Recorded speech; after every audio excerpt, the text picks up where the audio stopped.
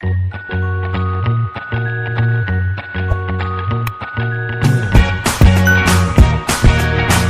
Student, welcome to unite classes. तो आज हम स्टार्ट करेंगे नया चैप्टर। तो नया चैप्टर क्या है? Concept of revenue. तो कॉन्सेप्ट ऑफ रेवेन्यू समझने से पहले हमने लास्ट दो चैप्टर में क्या करा वो देखेंगे। तो लास्ट दो चैप्टर में मैंने क्या कराया था? प्रोडक्शन फंक्शन समझाए थे। और उससे मतलब लास्ट सेकंड अब जो मैंने लास्ट कराया वो कौन सा चैप्टर था? तो कॉन्सेप्ट ऑफ कॉस्ट था। तो हमने प्रोडक्शन फंक्शन किस लिए पढ़ा कि कोई प्रोडक्ट कैसे बनेगी, कोई प्रोडक्ट बनाने के लिए कितना इनपुट आता है। मतलब कोई भी हम बिजनेस स्टार्ट कर रहे हैं तो कोई प्रोडक्ट समझो कि एक प्रोडक्ट बना रहे हैं हम।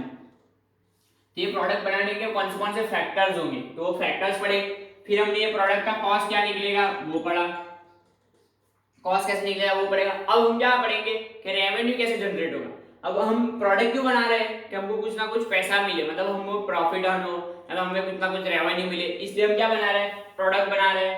तो प्रोडक्ट बनाने का हमारा मेन मोटिव क्या था? प्रोडक्शन फंक्शन बनाने पढ़ने का मेन मोटिव कि प्रोडक्ट कैसे वो करते बनाएंगे, कौन कौन से इनपुट्स चाहिए, प्रोडक्शन फंक्शन कैसे आइडेंटिफाई करेंगे। फिर हमने कॉस्ट क्यों पढ़ा कि पर पर पर यूनिट कॉस्ट कितनी होगी तो हम कितना प्रॉफिट ऐड कर सकते हैं। क्या प्रॉफिट ऐड करना है बाद में करेंगे, बट कॉस्ट पहले निकालना है, क्योंकि कॉस्ट निकालेंगे तभी तो इतना हम चार्ज कर पाएंगे एमआरपी। तो उस हिसाब से अब रेवेन्यू क्या होगा? रेवेन्यू में हमारा एमआरपी मिल जाएगा। मतलब रेवेन्यू में हम कॉस्ट प्लस प्रॉफिट कर देंगे तो क्या मिल जाएगा हमें कि हमारे कॉस्ट पर यूनिट कॉस्ट कितनी होगी वो फाइंड हो जाएगा हमको रेवेन्यू। इसलिए हम अब रेवेन्यू पढ़ेंगे कि हमें पैसा क्या कैसे मिलता है। अब सिंपल रेवेन्यू का एक सिंपल टर्म है। मतलब क्या? पैसा जितना भी हमने माल, मतलब कुछ भी हमने जितना भी सामान बेचा है कंपनी का, या तो कोई भी हम बिजनेस कर रहे हैं उसमें से हमने जितना भी सामान बेचा है उससे हमको जितना भी पैसा अर्न होगा उसको हम क्या कहेंगे? रेवेन्यू। तब हम उसकी डेफिनेशन देखेंगे। The revenue of a firm the revenue of a firm is its क्या? Its sales receipt. Sales receipt मतलब क्या? मतलब उसको उसने जो बेच के, मतलब जो सामान बेच के जो कमाया हो, मतलब उससे जो पैसा आया हो उसे हम कहेंगे क्या? Sales receipt. मतलब जो सेल्स रिसीप्ट से पैसा आया हो वो क्या होगा? रेवेन्यू। और मनी रिसीप्ट, मनी रिसीप्ट भी कब होगा? जब हमने कुछ सामान भेजा होगा तभी तो मनी रिसीप्ट होगा। तो money receipt from the sales of a product, मतलब कोई भी प्रोडक्ट हम सेल करी और उससे हमको कोई रेवेन्यू जनरेट हुआ, मतलब कोई पैसा आया तो हम उसे कहेंगे रेवेन्यू। तो अब रेवेन्यू क्या है? रेवेन्यू तीन तरह के मतलब रेवेन्यू होते हैं। टोटल रेवेन्यू हम पढ़ेंगे, फिर मार्जिनल रेवेन्यू पढ़ेंगे, फिर एआर पढ़ेंगे। तो अब रेवेन्यू एक बार फिर से समझ लो कि the revenue of a firm is its sales received और a money received from the sales of a product. मतलब कोई भी प्रोडक्ट को सेल करके, कोई भी प्रोडक्ट सेल करके हमें कोई रेवेन्यू जनरेट, मतलब पैसा मिलेगा तो हम उसे क्या कहेंगे? रेवेन्यू कहेंगे। तो इकोनॉमिक्स टर्म में रेवेन्यू, हम अकाउंट्स में भी रेवेन्यू ही बोलते हैं। बट अब क्या होगा? हम जो प्रॉफिट देखेंगे ना, प्रॉफिट, तो रेवेन्यू और कॉस्ट को क्या करते हैं? जब नॉर्मली हम प्रॉफिट देखते हैं तो हमारा प्रॉफिट कैसे मिलता है हमको? रेवेन्यू, हाँ, revenue plus, sorry, revenue minus cost, तो हमको क्या मिलेगा? प्रॉफिट मिलता है। बट क्या होता है इकोनॉमिक्स टर्म में? क्या है इकोनॉमिक्स टर्म में? हम अगर revenue, sorry, revenue is equal to cost भी होगा तो भी हमारा प्रॉफिट होता है, वो हम नेक्स्ट चैप्टर में पढ़ेंगे। बट क्या है, याद रखना, ये क्या है, ये तो हम अकाउंट्स में भी पढ़ते हैं कि अगर कोई भी प्रॉफिट हमको आइडेंटिफाई करना होता है कैसा? प्रॉफिट इज इक्वल टू क्या होता है? सेल्स रिसीप्ट माइनस क्या? कॉस्ट। तो सेल्स रिसीप्ट माइनस कॉस्ट किया तो हमको रेवेन्यू प्रॉफिट मिल जाएगा। अब हम क्या देखेंगे कि टोटल रेवेन्यू किसे कहते हैं, मार्जिनल रेवेन्यू किसे कहते हैं, और एवरेज रेवेन्यू किसे कहते हैं।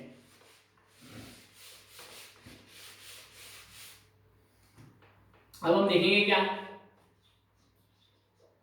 Total revenue.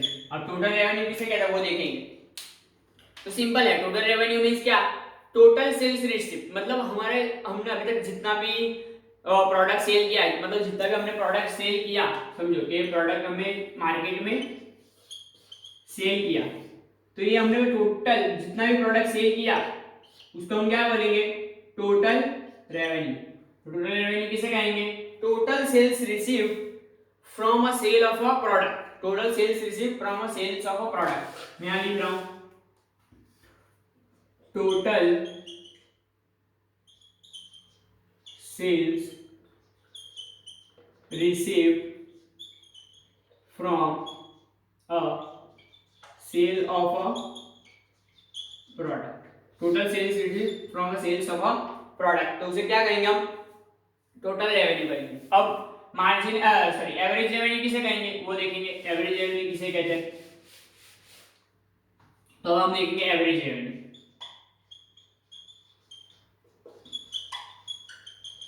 एवरेज रेवेन्यू, अब यहाँ याद रखना एवरेज रेवेन्यू मतलब क्या होता है, per unit revenue. Per unit revenue means क्या, हमको प्राइस मिलेगी, पर यूनिट मतलब टोटल रेवेन्यू, क्या था हमारा total revenue divide by Q, मतलब नंबर ऑफ आउटपुट से डिवाइड करेंगे तो हमको क्या मिलेगा, टोटल रेवेन्यू, मतलब पर यूनिट हमको क्या मिलेगा, रेवेन्यू मिलेगा। पर यूनिट रेवेन्यू मींस क्या होता है, एमआरपी, सिंपल हमारी एमआरपी होगी, एमआरपी मतलब प्राइस होगी, वो क्या होगी, एवरेज रेवेन्यू। एवरेज रेवेन्यू से हम क्या डिसाइड करते हैं कि कोई भी हम नॉर्मली एवरेज रेवेन्यू हमारा जो होगा उससे हम डिसाइड करेंगे कि हमारी प्रोडक्ट की प्राइस क्या होगी, तो वो क्या है, average revenue is a per unit, sorry per unit cost नहीं लिख सकते, पर यूनिट रेवेन्यू, रेवेन्यू और क्या लिख सकते हैं, price per unit of product, क्या price per unit of product मतलब क्या, एवरेज रेवेन्यू मींस हमको एक प्रोडक्ट बेचने से कितना रेवेन्यू जनरेट होगा, मतलब अगर 10 रुपए की चीज मैं बेच रहा हूँ तो उससे 10 रुपए मेरे को मिल रहे हैं, तो उसे क्या कहेंगे, प्रोडक्ट। तो ये क्या हमने समझो कि मैंने 100 रुपए की चीज 1000 रुपए में बेची, तो मेरे को कितना 100 गुड्स मैंने कितने में बेचे, 100 यूनिट्स 1000 रुपए में बेचे, 100 यूनिट्स 1000 रुपए में बेचे, मतलब क्या हुआ, ये मेरा टोटल रेवेन्यू क्या है, टोटल रेवेन्यू 1000 हुआ, मतलब क्या हुआ 1000 रुपीज मेरा टोटल रेवेन्यू हुआ। अब मेरे नंबर ऑफ आउटपुट कितना है, 100 है, तो मैं 1000 को 100 से डिवाइड करूंगा तो मेरे को क्या मिलेगा, AR मिलेगा, AR इज इक्वल टू क्या होगा 10। अब अगर आपको मैं बोलूं कि मैंने 100 गुड्स 1000 रुपीज में बेचे, तो एक गुड्स की प्राइस क्या होगी, तब भी आप क्या बोलोगे कि 1000 डिवाइड बाय 100, मतलब प्राइस भी आप क्या बताओगे, प्राइस भी आप क्या बताओगे कि 10। तो इसलिए क्या है, AR is equal to always क्या होता है, प्राइस, मतलब AR प्राइस के इक्वल होती है। अब हम देखेंगे मार्जिनल रेवेन्यू,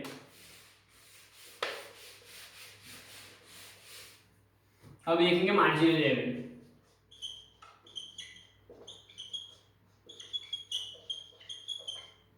अब मार्जिनल रेवेन्यू किसे कहते हैं, मार्जिनल का मतलब तो अभी आपको अभी तक पता चल ही गया होगा कि मार्जिनल मतलब एडिशनल, क्या मार्जिनल मतलब एडिशनल, या मार्जिनल मतलब एडिशनल, तब मार्जिनल रेवेन्यू किसे कहेंगे, एडिशनल पर यूनिट ऑफ मतलब एडिशनल रेवेन्यू पर यूनिट ऑफ आउट, मतलब हर एक कमोडिटी बढ़ाने से हमारा कितना रेवेन्यू बढ़ जाएगा उसे हम क्या कहेंगे, मार्जिनल रेवेन्यू। तो क्या लिखूंगा मैं, additional revenue per unit, sorry additional revenue पर एडिशनल यूनिट, सॉरी क्या, पर एडिशनल यूनिट ऑफ आउटपुट, मतलब आउटपुट हम अगर हमारा एक यूनिट का आउटपुट हुआ, मतलब एक यूनिट हमने सेल की, तो हमको एडिशनल एक यूनिट सेल करने से कितना हमको रेवेन्यू जनरेट होगा, उसको क्या बोलेंगे हम, एडिशनल रेवेन्यू। मतलब समझो कि मैंने पहले 10 गुड्स बेचे, मतलब 10 यूनिट्स बेचे कोई भी पर्टिकुलर गुड्स के, तो मेरे को 100 रुपीज जनरेट हुआ, क्या 100 रुपीज रेवेन्यू जनरेट हुआ। फिर मैंने 11वां बेचा तो मेरे को कितना जनरेट हुआ, 110, मतलब 11 गुड्स बेचने का मेरे को कितना जनरेट हुआ, 110। तो मैंने एक यूनिट बढ़ाया, एक यूनिट सेल्स ज्यादा किया, तो उससे मेरे को 10 रुपीज क्या हुआ, रेवेन्यू ज्यादा जनरेट हुआ। तो मेरा जो 10 रुपीज जनरेट ज्यादा हुआ उसको क्या मैं कहूंगा, मार्जिनल रेवेन्यू। तब हम क्या देखेंगे नेक्स्ट, अब हम देखेंगे कि formulas of marginal revenue, total revenue and average revenue. अब हम क्या देखेंगे, फॉर्मूलाज, फॉर्मूलाज देखेंगे। सबसे पहला हम क्या देखेंगे, one by one total revenue देखेंगे। सबसे पहला टोटल रेवेन्यू, फिर क्या देखेंगे, एवरेज रेवेन्यू, फिर हम देखेंगे मार्जिनल रेवेन्यू। अब मैंने आपको क्या बोला, जब मैंने आपको समझाया तो मैंने क्या बोला कि एवरेज रेवेन्यू क्या होता है, प्राइस के इक्वल होता है। तो मैं आपको ये अभी मैं क्या प्रूफ करके भी दिखाऊंगा कि एवरेज रेवेन्यू प्राइस के इक्वल कैसे होता है। तो सबसे पहले हम क्या देखते हैं कि टोटल रेवेन्यू का फॉर्मूला क्या होगा। टोटल रेवेन्यू का फॉर्मूला टीआर, हम टोटल रेवेन्यू को टीआर लिख सकते हैं। अब total revenue equal to TR, अब कैसे, टीआर इनटू क्या होता है समझो, क्या होगा, कोई का भी समझो कि आपने कोई चीज बेच के कितना पैसा कमाया। तो समझो मैंने आपको बोला था कि ये क्या है कि 2-3 मार्कर है मेरे पास, ये 3 मार्कर बेच के आप हर एक मार्कर बेचो और कितना आपको रेवेन्यू आ रहा है। तो आपने समझो कि ये सब मार्कर कितने बेचे, आपने समझो कि ये मार्कर 30 रुपीज में बेचे, तो 30 रुपीज में आपने ये सब मार्कर बेचे, तो आपको क्या हुआ, 30 रुपीज में मार्कर बेचे तो आपको पर मार्कर कितने प्राइस में बेचा, पर मार्कर आपने कितने की प्राइस में बेचा, 10 रुपीज की प्राइस में। तो 10 रुपीज की प्राइस में पर मार्कर आपने सेल किया। फिर क्या किया आपने, कितने मार्कर्स थे आपके पास, तो 3 मार्कर्स थे, तो आपको टोटल कितना मिला, 30 रुपीज। तो आपको ये जो टोटल मिला, आप क्या बोलोगे कि मेरे को इतना सब, मैंने इतना कमाया मीन्स मेरे को इतना रेवेन्यू हुआ। तो आपने कितना कमाया, 30 रुपीज कमाया, इसको क्या बोलते हैं, रेवेन्यू। तो हमारा टोटल रेवेन्यू अभी क्या है, 30 रुपीज है। अब आपने जो 10 रुपीज किया, आपने 10 रुपीज का पर मार्कर बेचा, तो आपने मार्कर की प्राइस सेट की हुई थी, और ये कितने था, ये यूनिट्स थे, मतलब नंबर ऑफ आउटपुट। तब हमको इससे ही आपको यही एग्जांपल से आपको क्या मिल जाएगा, फॉर्मूला मिल जाएगा। तो फॉर्मूला भी हम देख लेंगे अब क्या है। तो फॉर्मूला सबसे पहले क्या होगा, प्राइस इनटू क्या, number of output, number of output, price into number of output, मतलब क्या, प्राइस को हम किससे इंटू करेंगे, नंबर ऑफ आउटपुट, तो हमको क्या मिलेगा, टोटल रेवेन्यू। मतलब मैंने 10 रुपए की चीज थी, वो मैंने 1000 बेची, तो मेरे को 10,000 रुपया रेवेन्यू हुआ, तो मेरा टोटल रेवेन्यू कितना हुआ, 10,000 रुपया। तो हमको ऐसे ही मिल जाएगा। तो ये याद रखना, ये फॉर्मूला क्या बना हमारा, T R is equal to P into Q, T R is equal to P into Q. अब देखेंगे हम क्या, एवरेज रेवेन्यू को मैं लास्ट में समझाऊंगा, एवरेज रेवेन्यू लास्ट में समझाऊंगा कि मैंने आपको प्रूफ करने का बोला है कि मैं कैसे प्रूफ करता हूँ कि एआर और प्राइस इक्वल होगी, एआर और प्राइस कैसे इक्वल होगी, वो मैं आपको प्रूफ करने का मैंने बोला है, तो मैं आपको बताऊंगा कैसे होगा वो भी। अब हम देखेंगे मार्जिनल रेवेन्यू। तो मार्जिनल रेवेन्यू का क्या होगा, MR is equal to TR N minus one, मतलब क्या, पर यूनिट ऑफ, मतलब पर एडिशनल यूनिट मेरे को कितना रेवेन्यू जनरेट हो रहा है। मतलब समझो कि मैंने पहले 1000 चीज बेची, कितने रुपए की, 2 रुपए की, तो मेरे को कितना रेवेन्यू जनरेट हुआ होगा, 2000 रेवेन्यू जनरेट हुआ होगा, 2000 रेवेन्यू जनरेट हुआ होगा। अब मैंने क्या किया, और मैंने 500 क्या किया, यूनिट सेट कर दी, मतलब समझो क्यों, सर 500 नहीं, मैंने 1001 कर दिया, 1001, तो मेरे को कितना रेवेन्यू जनरेट हुआ होगा, 2002 रेवेन्यू जनरेट हुआ। मेरा एडिशनल रेवेन्यू कितना जनरेट हुआ, 2 रुपीस, मेरा एडिशनल रेवेन्यू कितना जनरेट हुआ, 2 रुपीस। तो इसीलिए हम क्या करेंगे, मार्जिनल रेवेन्यू किससे इक्वल होगा, marginal revenue is equal to TRN. TRN मतलब अभी जो टर्म पे है हम, मतलब अभी जो यूनिट हम सेल कर रहे हैं उसका रेवेन्यू, और हमने उससे पहले जो यूनिट सेल की उसका रेवेन्यू। तो हमने अभी जो रेवेन्यू अर्न किया, मतलब हमारा जो अभी टोटल रेवेन्यू है उससे हम किससे माइनस करेंगे, पिछले तक हमारा कितना टोटल रेवेन्यू था उससे माइनस करेंगे, तो हमको क्या मिल जाएगा, एमआर मिल जाएगा। अब हम क्या देखेंगे, एआर।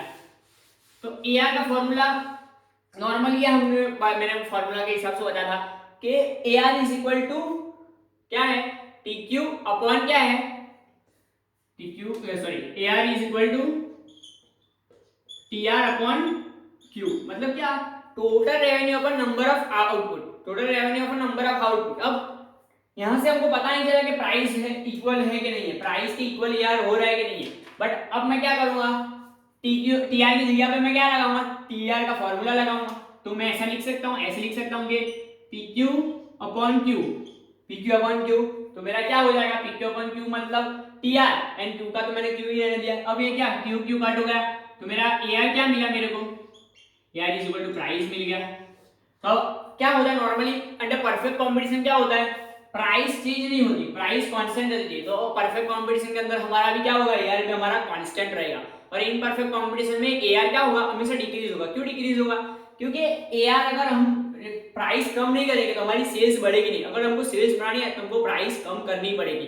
तो ये अंडर परफेक्ट कॉम्पिटिशन, अंदर इनपरफेक्ट कॉम्पिटिशन हम प्राइस कम करेंगे और परफेक्ट कॉम्पिटिशन में हम प्राइस कांस्टेंट करेंगे। वो भी मैं आपको आगे जो एक वीडियो लेक्चर हमारा आएगा उसमें आपको मिल जाएगा वो क्या है, मतलब वो इसमें मैं क्या पढ़ाऊंगा कि हर एक मार्केट के हिसाब से, मतलब डिफरेंट मार्केट के हिसाब से क्या होता है कि प्राइस कैसे चेंज होती है। और इसी वीडियो लेक्चर में आपको क्या पढ़ा दूंगा कि परफेक्ट कॉम्पिटिशन के अंदर कैसे होता है और इनपरफेक्ट कॉम्पिटिशन के अंदर ग्राफ्स कैसे होते हैं।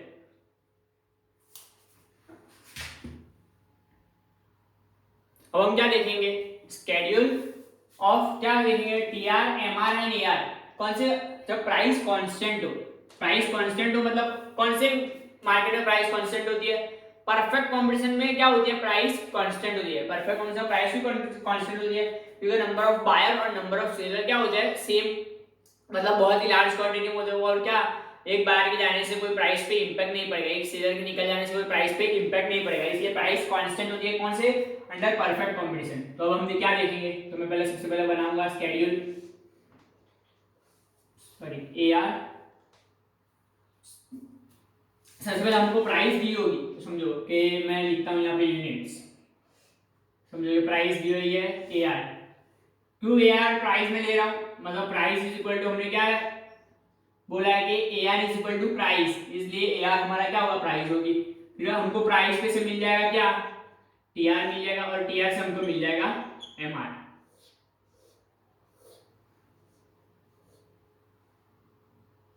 अब समझो 1 2 3 4 5 यूनिट्स दी हुई है और मेरी प्राइस क्या है, for example price is equal to 10 price है, तो प्राइस 10 क्यों कांस्टेंट, मैंने सभी जगह पे 10 लिखी क्योंकि प्राइस इज इक्वल टू का प्राइस कांस्टेंट ले रहा है। क्यों प्राइस कांस्टेंट, तो हमारा एआर भी कांस्टेंट होगा। अब यहाँ पे आपको एक नई चीज पता चलेगी, वो मैं ग्राफ बताऊंगा तब आपको बताऊंगा, क्यों, जब सॉल्व करूंगा तब। अब हम देखेंगे टीआर, तो टीआर में क्या है, टीआर क्या होता है हमेशा, TR into price into, sorry TR is equal to price into Q, तो प्राइस इंटू क्यू, तो 10 2 जा 20, 10 3 जा 30, 10 4 जा 40, 10 5 जा 50। ये हमको टीआर में मिल चुका। फॉर्मूला याद होने चाहिए, आपको क्या है, आप खुद से ये टेबल बना सकते हो। ये यही टेबल याद रखें ना, क्योंकि सबसे इजी वाला टेबल मैं आपको बना के दे रहा हूँ। अब एमआर देखेंगे, हम एमआर कैसे फाइंड करते हैं, TRN minus 1 is equal to MR, तो हमको एमआर मिलेगा। तो क्या करेंगे, 10 माइनस 0 तो 10, 20 माइनस 10 तो 10, 30 माइनस 10 तो 10, 30 माइनस 10 तो 10 और 50 माइनस, तो आप क्या बोलोगे कि ये जो है और ये मतलब क्या, AR एंड MR सेम आ रहा है। AR एंड MR सेम क्यों आ रहा है, यहाँ पे AR एंड MR सेम क्यों आ रहा है, यही बात थी मैंने आपको बोला था कि आपको एक नई चीज पता चलेगी। AR एंड MR क्या होगा, जब प्राइस कांस्टेंट होगी तब AR एंड MR सेम होगा। क्यों सेम होगा, क्योंकि प्राइस, एडिशनल प्राइस हमारी होगी वो कांस्टेंट है, हमारा एडिशनल जो रेवेन्यू होगा वो भी कांस्टेंट होगा। एडिशनल रेवेन्यू कांस्टेंट हो रहा है और एडिशनल प्राइस भी कांस्टेंट है, इसलिए हमारा क्या होगा, अंडर परफेक्ट कंपटीशन हम क्या लिखेंगे, अंडर परफेक्ट कंपटीशन क्या लिखेंगे, अंडर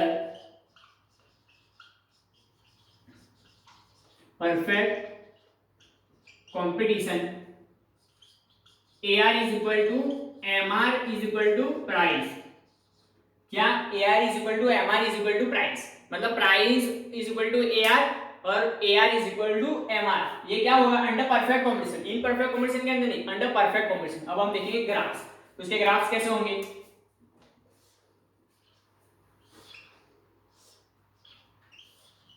अब हम ग्राफ्स देखेंगे। तो ग्राफ्स में क्या है, यहाँ पे क्या है, AR हमको दिया हुआ है, हम सबसे पहले तो आउटपुट यहाँ लिख दे रहे हैं, आउटपुट। अब समझो AR दिया है, AR और MR को हम एक ग्राफ में प्रेजेंट करेंगे। तो AR क्या है, हमारा कांस्टेंट है, तो 10, यहाँ हम करेंगे रेवेन्यू, तो AR कांस्टेंट है तो हमारा क्या होगा, AR is equal to, sorry यहीं भी लिख रहा हूं, क्या है, AR is equal to MR, AR is equal to MR है, तो हमारा AR कांस्टेंट है। AR कांस्टेंट क्यों है, क्योंकि प्राइस हम कांस्टेंट यहाँ पे ले रहे हैं, तो AR भी हमारा कांस्टेंट होगा क्योंकि AR is equal to price होता है। अब यहाँ पे आप रेवेन्यू, मतलब टोटल रेवेन्यू का ग्राफ कैसे होगा वो आप देखोगे, तो यहाँ क्या है, जितना सीरीज बढ़ेगी ना उतना ग्राफ क्या है, बढ़ता जाएगा, ग्राफ क्या होगा, बढ़ता जाएगा, मतलब ये कांस्टेंट में बढ़ेगा, इसलिए क्या होगा, ये ग्राफ ऐसे होगा, टीआर टोटल रेवेन्यू का ग्राफ कैसे होगा, टीआर का ऐसे होगा, यहाँ पे रेवेन्यू और यहाँ पे आउटपुट। तो क्या होगा, यही क्या है, अंडर परफेक्ट कंपटीशन क्या होगा, जो प्राइस कांस्टेंट होगी, आप क्या लिखोगे, आपको पूछा जाएगा अगर प्राइस इज कांस्टेंट, ऐसे पूछा जाए price is constant, show the relationship between TR and AR, मतलब show the schedule diagram of TR and AR, total revenue and average revenue. फिर आपको ऐसे भी पूछ सकते हैं कि एक्सप्लेन क्या कहते हैं, verify AR is equal to price in perfect competition.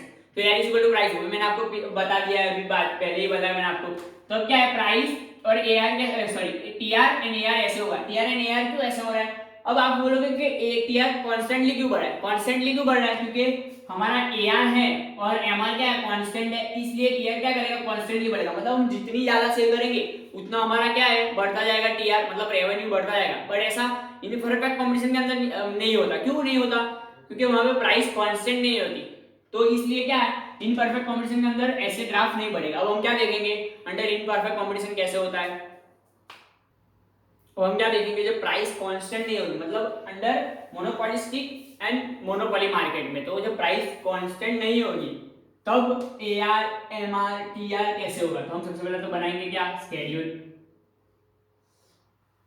Units, फिर क्या है प्राइस, मतलब मैं एआर लिख दे रहा हूँ एआर, फिर क्या टीआर, फिर हमको क्या मिलेगा, एमआर। अब उससे पहले क्या है कि मोनोपोलिस्टिक एंड मोनोपोली में प्राइस कांस्टेंट क्यों नहीं होगी, वो मैं आपको बता दूं पहले। अगर मोनोपोली मार्केट है, मोनोपोली मार्केट है, उसमें क्या होता है कि एक ही बंदा सब बेच रहा है, अब एक ही बंदा सब बेच रहा है तो नॉर्मली सब उसके पास से खरीद रहे हैं, अब एक ही जन बेच रहा है और एक ही जन के पास से सब खरीद रहे हैं। अब उसको अगर ज्यादा डिमांड बढ़ानी है, मतलब ज्यादा डिमांड बढ़ानी है, तो कैसे बढ़ाएगा, परफेक्ट कॉम्पिटिशन में क्या होता है कि बहुत ही लार्ज नंबर ऑफ बायर होते हैं, मतलब मार्केट का कुछ कम हिस्सा ही उसका बाय कर रहा होता है, फिर भी बहुत लार्ज नंबर ऑफ बायर होते हैं। बट मोनोपोली में क्या होता है, अगर इंडियन रेलवे देख ले, तो इंडियन रेलवे देख ले तो वो इंडियन रेलवे में सब ट्रैवल ही कर रहा है। अब इंडिया में कोई रेलवे में ट्रैवल कर रहा है तो इंडियन रेलवे में ही ट्रैवल करेगा, क्यों कि वहां पे एक मोनोपोली इंडियन रेलवे की। तो अगर इंडियन रेलवे को अगर उसका कंजम्पशन बढ़ाना है, उसका कंजम्पशन बढ़ाना है, तो क्या करेगी, प्राइस कम करेगी, तभी क्या होगा, कंजम्पशन बढ़ेगा। मोनोपोली मार्केट में अगर प्राइस कम करेगी तो ही कंजम्पशन बढ़ेगा, मतलब कंजम्पशन बढ़ा है, मतलब प्राइस कांस्टेंटली कम होती, मतलब प्राइस कम होती जाएगी, तो प्राइस कम होगी तो हमारा क्या बढ़ेगा, डिमांड बढ़ती जाएगी, इसलिए क्या मोनोपोली में हमको प्राइस कम करनी पड़ेगी। अगर रेवेन्यू तो हम क्या यहाँ ले रहे हैं, समझो 100, फिर हम प्राइस 80 लेंगे, फिर 40 लेंगे, फिर फॉर एग्जांपल चलो 30 ले लेंगे, 1 2 3 4, ठीक है, हमारा प्राइस हमने क्या घटा दी, सबसे पहले हमने प्राइस कम, अब प्राइस पे समझो क्या मिलेगा, टीआर मिलेगा 100, फिर क्या है 160, 3 into 40 कितना होगा, 3 4 12, तो 120 होगा मेरे ख्याल से, 120, फिर 3 4 120, ठीक है 120 120। अब यहाँ क्या हो रहा है, प्राइस हमने क्या किया है, कम करी है, प्राइस हम कम करते जा रहे हैं। अब हमको निकालना है एमआर, तो एमआर यहाँ पे निकलेगा पहले तो 0, सॉरी यहाँ पे क्या 100, फिर यहाँ क्या निकलेगा एमआर 60, यहाँ पे 40 एंड यहाँ पे क्या 0, क्योंकि 120 0। अब इससे भी अगर नीचे जाए तो हमारा क्या हो सकता है, समझो कि मैं और क्या डाउन जा रहा हूँ, तो मेरा रेवेन्यू क्या है, समझो कि प्राइस में और 20 रुपीज, तो 5, तो यहाँ पे मेरा क्या हो रहा है 100 हो रहा है। अब क्या हो रहा है, मेरा -20 आ रहा है, -20 आ रहा है, तो ये क्या है, ये मैंने आपको टेबल बना के दिखा के, टेबल कैसे बनाएंगे, तो टेबल में क्या हो रहा है, हमने प्राइस कम की है, क्या प्राइस हम कम कर रहे हैं, प्राइस कम कर रहे हैं तो हमारा रेवेन्यू क्या हो रहा है, पहले तो बढ़ रहा है, फिर क्या हो रहा है, कांस्टेंट हो रहा है, यहाँ पे हमारा क्या हो रहा है, रेवेन्यू कांस्टेंट। अब फिर एक टाइम आएगा हमारा रेवेन्यू कम होने लगता है, तो रेवेन्यू कम होने लगता है मतलब नेगेटिव में हमारा जा रहा है। अब देखो ये क्या है, अंडर जब प्राइस कांस्टेंट नहीं होगी तो हमारा एआर एंड एमआर भी सेम नहीं है, क्या एआर एंड एमआर का कर्व भी हमारा अलग अलग बनेगा, तो कर्व कैसे बनेगा वो भी मैं आपको दिखा रहा हूं। अब समझो कि मैं बना रहा हूं पहले टीआर का कर्व, फिर एआर एंड एमआर का कर्व, तब एआर एंड एमआर का कर्व कैसे बनेगा यहाँ पे हम वो देखेंगे। तो पहले हम एआर का कर्व देखेंगे, तो एआर क्या है, अब प्राइस समझो, प्राइस को हम नेगेटिव नहीं कर सकते, क्यों, हम फ्री में तो किसी को बेचेंगे नहीं, जीरो प्राइस में तो किसी को बेचेंगे नहीं, क्योंकि हमने भी कुछ कॉस्ट पे बनाया है, हमको पैसे तो लेने ही पड़ेंगे। तो AR का कर्व हमारा कभी नेगेटिव नहीं जाएगा, तो हम पहले AR का बना देंगे यार। अब MR हमारा देखो नेगेटिव जा रहा है, MR हमारा नेगेटिव भी जा रहा है और माइनस में भी जा रहा है, तो हम MR का कर्व बना देंगे। तो MR को हम नेगेटिव भी बताएंगे और यहाँ पे जीरो भी बताएंगे। यहाँ पे क्या है आउटपुट और यहाँ पे रेवेन्यू, यहाँ भी रेवेन्यू। अब क्या यहाँ आपको यहाँ देखना है क्या, जब हमारा MR क्या है जीरो है, तब हमारा क्या है TR कांस्टेंट है। तो हमको ऐसे ग्राफ बनाना पड़ेगा कि MR जब क्या हो, MR कांस्टेंट मतलब जीरो हो, तब हमारा TR कांस्टेंट आना चाहिए। तो ग्राफ भी आप ऐसे इससे ही बना सकते हो। क्या हो रहा है, पहले बढ़ रहा है तो आप पहले सिंपली ऐसे करो, फिर क्या कम हो रहा है तो ऐसे कर दोगे, तो ग्राफ ऐसे ही बनेगा। अब मेरे को क्या करना है, ये हमारा TR कहां से स्टार्ट होता है, जीरो से स्टार्ट होता है। मैं आपको ये डेमो बताऊं, मैं इसको परफेक्ट बना रहा हूं कैसे बनेगा। ये क्या हमारा TR, तो क्या है यहाँ पे क्या हो रहा है कि हमारा MR क्या हो रहा है डिक्रीज, AR क्या हो रहा है डिक्रीज हो रहा है, MR भी डिक्रीज हो रहा है, पर क्या AR कभी जीरो नहीं हो रहा और MR जीरो होगा। जब MR जीरो हो रहा है तो हमारा TR क्या है हाईएस्ट है, हाईएस्ट, और हम बोल सकते हैं कांस्टेंट। फिर क्या हो रहा है, जब MR नेगेटिव में जा रहा है तब हमारा रेवेन्यू क्या हो रहा है, कम हो रहा है। क्यों कम हो रहा है, क्योंकि हम बहुत प्राइस कम कर देंगे, तो बहुत प्राइस कम कर देंगे तो हमारी कॉस्ट भी कट करनी पड़ेगी। समझो कि हमने 10 रुपए की चीज बनाई थी, अब हमको और बेचनी है, तो फिर हम 9 रुपए में बेचेंगे। अगर समझो कि 100 रुपए की चीज बनाई थी, अब उसको 90 रुपए में बेचेंगे, तो डेफिनेटली हमारा रेवेन्यू माइनस में जाएगा। मतलब हमको रेवेन्यू तो होगा बट माइनस में जाएगा। अब हम क्या करेंगे, नेक्स्ट वीडियो में क्या देखेंगे कि डिफरेंट मार्केट में हमारा किस तरीके से होता है सब।